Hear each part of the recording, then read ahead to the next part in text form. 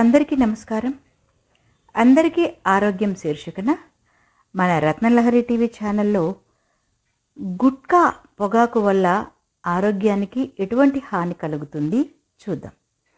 మన దేశంలో చాలామంది గుట్కా పొగాకు వల్ల ఆరోగ్యానికి హాని జరుగుతుందని తెలిసినా ఆ అలవాటుని మానుకోలేరు. గుట్కా పొగాకు తినడం వల్ల ఆరోగ్యానికి నష్టం కలుగుతుందని చాలా చెప్పవచ్చు. గుట్కా పొగాకు ఎక్కువగా తీసుకుంటే నోటి క్యాన్సర్ వచ్చే అవకాశాలు పెరుగుతాయి. క్యాన్సర్ ప్రమాదాన్ని పెంచడంలో ఇవి దోహదపడతాయి. గుట్కా పొగాకు దంతాలను దెబ్బతీస్తాయని ఖచ్చితంగా చెప్పవచ్చు.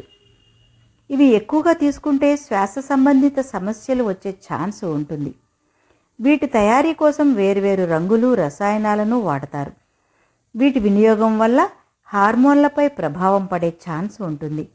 గుట్కా పొగాకు కొన్ని సందర్భాల్లో మన శరీరంలోని డిఎన్ఏను సైతం దెబ్బతీసే అవకాశాలు ఉన్నాయి. గుట్కా తీసుకోవడం వల్ల శరీరంలో వేర్వేరు అవయవాలపై ప్రభావం పడుతుంది. గుట్కా తీసుకోవడం వల్ల నోటి క్యాన్సర్ బారిన పడే ఛాన్స్ అయితే ఉంది. గుట్కా ఎవరైతే తీసుకుంటారో వాళ్ళు వేర్వేరు క్యాన్సర్ల బారిన పడే అవకాశాలు ఉన్నాయి.